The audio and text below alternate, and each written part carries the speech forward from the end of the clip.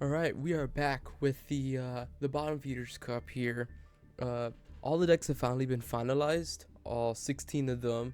Before I get into revealing each deck bit by bit, um, I'm going to at least showcase what the bracket will look like here. So first we have the winners bracket. Very simple as you expect here.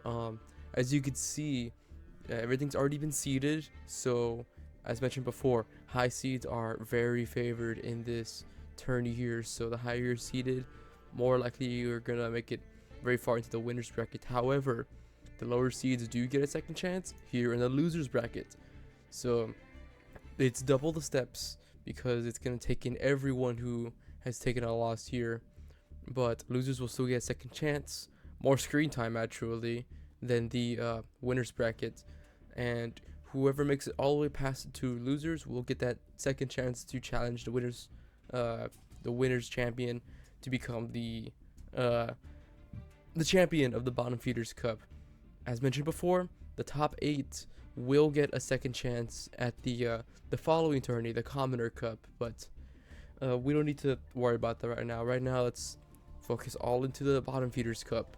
So we're gonna start from the bottom. We're gonna start with seed 16 here, the expected worst deck of the entire series. That's going to be Vierkroyd. So I wasn't expecting Vierkroyd to be at the very bottom, but it was very much going to be here.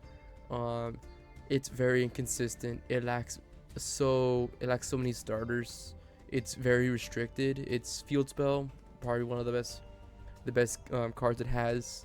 Being able to search out your other pieces locks you into fusions for the turn, so you can't use any link monsters to facilitate the gimmick, which is get all your roids in the graveyard, summon Mixeroid, and Mixeroid's going to fuse by banishing engrave into any of your super Vehicroids. Not necessarily not the usual fuse, but more of like to cheat out from the extra deck.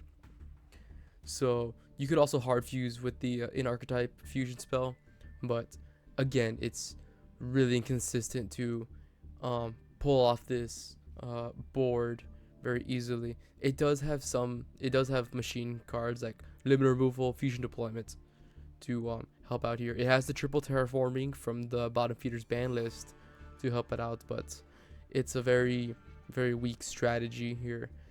So it kind of earned its spot here at number 16. So moving on to seed 15 here, we have Guardians. So used by Raphael in Duel Monsters. Um, this is not a pure Guardian deck, far from it. Pure Guardians were just way too bricky. They required, like, each of the Guardians required their own specific equip spell. It was just an overall pain, so this is focused more on Guardian Eatos. But this is also a flip control Morganite variant. So just using generic flip monsters, scapegoats to get resources for links, Maneater Bug, Ill Omen to just kind of control the board as much as you can. You have the Iron Blacksmith and Arsenal Summoner to search up Eatos and the equip spells. And then you just kind of beat down with Eatos. Still very weak, ineffective gimmick, but it's the best this strategy can do here. It is using pre-release cards, as you can see here. This OCG card. This is Dragon's Mind, the counter trap, the Omni Negate counter trap that requires a 2500 or higher attack position monster. Guardian does qualify for that, so we get to see some pre-release action here. But yeah, that's it for Guardians. Moving on to seed 14, we have Ally of Justice. Historic synchro monster here. Some Ally of Justice builds have focused on Quarantine Turbo, using cards such as using like the Orcus and Punk cards to get to quarantine. But this is just more I wouldn't say stun, but just a beatdown variant. You got Ties of the Brethren, Psychic Processor to just swarm the field with AOJs. Doesn't have to be quarantine, because the thing is, you can't really use quarantine in a meta that's not light heavy, which that's the thing with AOJs. They're very gimmicky and they only work against light monsters. If they're battling anything other than light, then it's essentially just beat down. So back to the point here, you got processor, you got brethren that just swarm the field, and you just sit back with your non-engine. Non-engine's gonna carry this deck if he even can, but definitely one of the more popular bottom feeder strategies you see here. Moving on to C13, we have Dustins. One of my favorite strategies going into this Dustins, as you can see off the bat, just the elephant in the room, you have the Fiendsmith engine in here. Now, some of these Dustins are light fiends, so it's got the Fiendsmiths provide extra consistency getting to your House Dustin. House Dustin is the playmaker, being able to just destroy. If it gets destroyed, you could swarm both fields with Dustins. You could use a Dustins, go into your Star Dustin. However, your opponent, they can't use a Dustins for anything besides Link monsters, unfortunately. But essentially, you just swarm the field with Dustins. You send all of yours to the grave to summon out your big Star Dustin, and then you force your opponent to attack into it. That's kind of the game plan. Still very gimmicky, still pretty weak, but it's it has a solid game plan, and thanks to the Fiendsmiths, it definitely has some added consistency and grind game relative to the other decks here. So moving on to Seed 12, we have Barrel Dragon, another dual monster strategy here. This was meta in Duel Links at one point because it had that there was that skill from Arcana allowing you to get the first 3 heads guaranteed. However, we don't have skills here in the TCG, so you're just gonna have to rely on sheer luck in order to get your coin tosses through. But also running the Morganite package and also using Psychic Processor. Unlike Ally Justice, it's not turboing out the processor with E-Tellies in the main. In fact, not even playing E-Tellies, but nonetheless, you have your own form of E-Telly in the form of fusion deployments, because Gatling Dragon does mention Barrel Dragon and Blowback Dragon, so fusion deployment's able to cheat those monsters out onto your field very easily. Only issue is that this deck doesn't do anything going first, but going second, you have a lot of removal in your hands. Moving on to Seed 11, we have Super Defense Robots. It's very debatable whether Super Defense Robots should even be at 11. This could potentially be at the bottom with Vehigroids. It's a very inconsistent strategy. It lacks rank 8 access to its boss monster, which is the Googly Eyes Drum Dragon. It's a rank 8. It could recover itself after being destroyed, and then it could also detach material to make itself 4,000. That's all it could really do. It's just a big body. But for it's okay. It's not gonna do a whole lot on its own, but it at least has protection from removal, which that's something you gotta really look out for in this tourney, I think. But who knows? But nonetheless, very inconsistent. No starters, no extenders. You just have to really rely on the draw with this deck. Moving on to C10 here, we have Egyptian Gods, another anime deck. This one focusing on all 3. It does include Halakdol, the win con for Egyptian Gods, but this isn't really focused on turboing out Halakdol. I believe that's how you pronounce it. This is just kind of getting one of them out and just kind of sticking with it, almost like a Towers turbo even. OTK, this could potentially OTK using Wing Dragon of Ra. The Raw cards definitely do add some very needed consistency.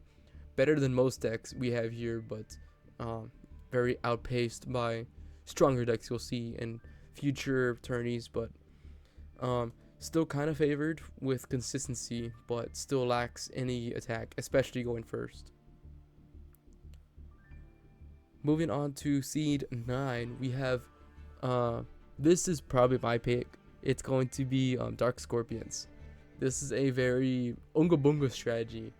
So it's Dark Scorpions are very battle focused. They only trigger their effects when you inflict battle damage, but they have really low attack. So to make up for it, you have equipped spells like Magnum Lance, the Psychic Blade, to make them very beefy and just attack over things. This is a very battle focused tourney, so these big monsters should prove pretty effective. Even then, you have Dark Arm Dragon for the grind game.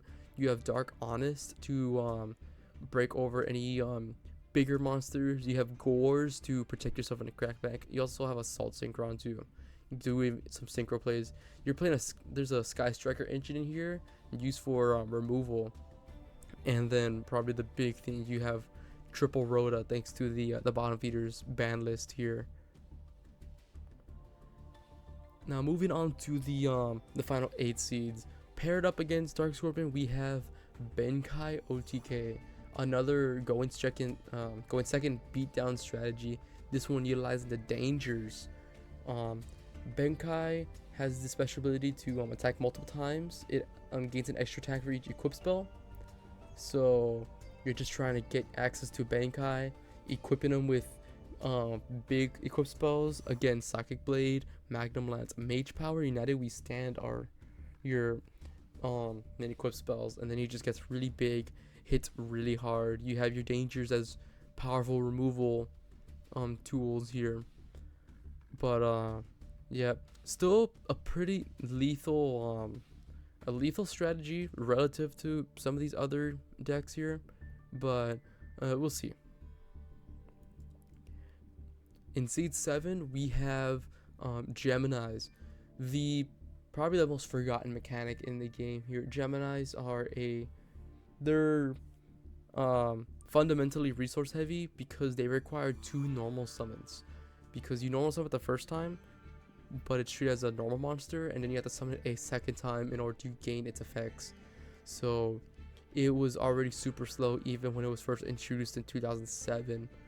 But there have been ways to cheat it out. You have your power play, which is Gemini Ablation, to just summon them from the deck with their effects active, so you can get protection with Phoenix Gearfried, or board wipe with Darkstorm Dragon, a search with the Gold Knight, the most recent support in Gamma, and then you even have like your equip spells to go along with the Gearfried.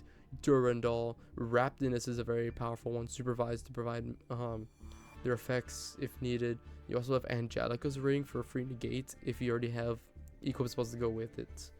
But one of the few decks that can actually provide negates, because you have Sublimation Knight to get you 2 Herald if need be. You also have Immortal Phoenix and Phoenix Gearfried in here for a monster negate and target protection respectively. In seed 6, we have Gradius. I think this might be the highest ranked going second deck. Alright, in 5th place we have Barbaros. It almost feels like cheating to have Barbaros this high, because this is essentially just a Melfi disguise. You have a Melfi engine in here, being able to cover going first and provide resources for Barbaros going second. Melfi's very, very playable options, being able to get you to your Herald, an Acheria Beast, or just ways to just your mythical beast cards as ways of removal. And then, as mentioned, you got Barbaros to just completely board wipe entire strategies going second here. But one of the few decks that can actually go first or second here. For our 4th seed, we have Hazy Flame. I didn't expect Hazy Flame to be this high, but as you can see, this deck is playing the Fiendsmith engine here. Now, the bottom feeders ban list, didn't mention it earlier, but Requiem is banned. So these decks are using Fiendsmiths for a whole different purpose. In this case, you're using the Lurie as tribute fodder to get to your Hazy Flames, and then you have the Engraver already set up so you could have an extra level 6 to go into your rank 6 plays here. But very, very bricky strategy, because you need a way to summon your Hazy Flames. You need Hazy Pillar, you need the Mausoleum or the Fiendsmiths to get you there. But yeah, a very it gets you access to some very strong Xyz monsters. You have the Hazy Flame Ambassadress, which is okay, but you have access to Lars, which can be a two Omni Negate monster. You have Solda, which is also a double disruption. Ptolemy to also brick boards. Your Guide Charger for hitting hard, and then Barricade board to just recover your all important field spell. Coming in third seed here, we have Fortune Lady. Now, Fortune Lady is one of the few combo decks we actually have here. The main Fortune Ladies aren't, I wouldn't say that the end board, but they definitely get you to your end board pieces. So, another deck here, that's running Dogmaticas, and this time in the main deck, also running Silent Magician for extra disruption here. But the Fortune Ladies provide you insane draw power, up to draw 3 potentially, and then in combination with your Dogmaticas, you can get a Synchro monster with Sazulkin, or a Silent Magician or Dogmatica play to go with it. But it's a board strong enough to close games relative to these other decks here. For our second seed, another shocking one for me is Orgoth the Relentless, the dice roll, the Duke Devlin cards here. So what makes this very strong is going to be the field spell, the Dice Dungeon. Dimension Dice is a huge playmaker, being able to just tribute any monster to get a dice roll monster from deck here. You can get Orgoth the Relentless to just get a big body on field, potentially a board wipe with it too. But more importantly, you have Psychic Rover, a monster from Power of the Elements, I believe, that can just break boards, just constantly pop cards and then recover itself, and then continue popping cards. You have E-Telly to get access to that too. It's not reliant on the normal summon, which is something that you do not expect to see here in the Bottom Feeders Cup, and because of that, it has access to very powerful engines like Invoked, as you see here. So this is expected to be a very strong strategy going into the Bottom Feeders Cup. And then our last strategy, also a very debatable one, it's going to be Xyz Jin. So this is ranked number 1 because it's a rank 3 pile. So as you can see, you have your Tour Guide, your Burning Abyss, your Predaplant, Phantom Knight, your Psychics, even Crane, like your Rudarian here. These are all here to get to your Cherubini, your Phantom Knight play. So you're very consistently putting off 2 Fog Blades alongside a rank 3 or 2, which rather than doing your Phantom Knight plays or any Masquerena plays, you're actually just summoning Jins out. So you're sacrificing a lot of power because these Jins are relatively very weak compared to what you're actually seeing here. But yeah, the rank 3s are definitely carrying this strategy all the way to the number 1 seed. But we'll see what happens here. But anyways, that is it. That's all 16 participants for the Bottom Feeders Cup. Expect the first match to be coming up soon. The first match, we're going to start from top to bottom. So Xyz Jin versus Vikoroid will be the first one, and then we'll end off the first round with the Gradius Super Defense Robot. We will most likely begin the round 2 winners bracket next after this, followed by the 2 rounds of losers. But we'll see in time.